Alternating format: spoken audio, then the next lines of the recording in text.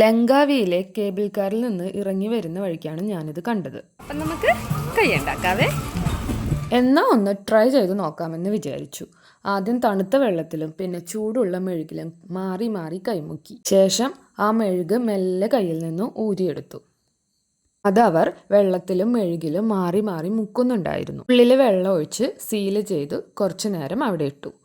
പിന്നീട് എടുത്ത് അതിനുള്ളിലെ വെള്ളം കളഞ്ഞ് അതിൻ്റെ ഉള്ളിൽ മെഴുക് നിറച്ചു. നല്ല കട്ടിക്ക് മെഴുക് നിറച്ചതിന് ശേഷം വീണ്ടും സീൽ ചെയ്തു. കുറച്ചു നേരം കഴിഞ്ഞെടുത്ത് അതിൻ്റെ പുറത്തുണ്ടായിരുന്ന എക്സ്ട്രാ പറ്റി പിടിച്ചതെല്ലാം ഒരു കത്തി കൊണ്ട് വൃത്തിയാക്കി. അതിനുശേഷം അതിനൊരു ബേസ് പിടിപ്പിച്ച് അതും മെഴുകിൽ മുക്കിയെടുത്തു. ഒരുപാട് കളറുകൾ വെച്ചിരുന്നെങ്കിലും ഞാൻ ബ്ലൂ ആണ് സെലക്ട് ചെയ്തത്.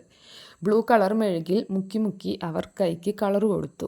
തിരിച്ചും മറിച്ചും മുക്കി തുടച്ചെടുത്തു. പിന്നീട് എൻ്റെ പേരിൻ്റെ ഓരോ ലെറ്ററുകളായി മെഴുകിൽ മുക്കിയെടുത്ത് അതിൽ ഫിറ്റ് ചെയ്തു. ഈ കാണുന്നതായിരുന്നു ഫൈനൽ റിസൾട്ട്.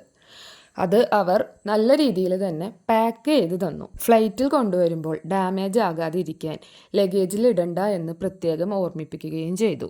കപ്പിൾസിൻ്റെ കൈയും ഫാമിലിയുടെ കൈയുമായിട്ട് ഒരുപാട് കളറിലും പോസിലും ഇത് അവൈലബിൾ ആണ് കേട്ടോ.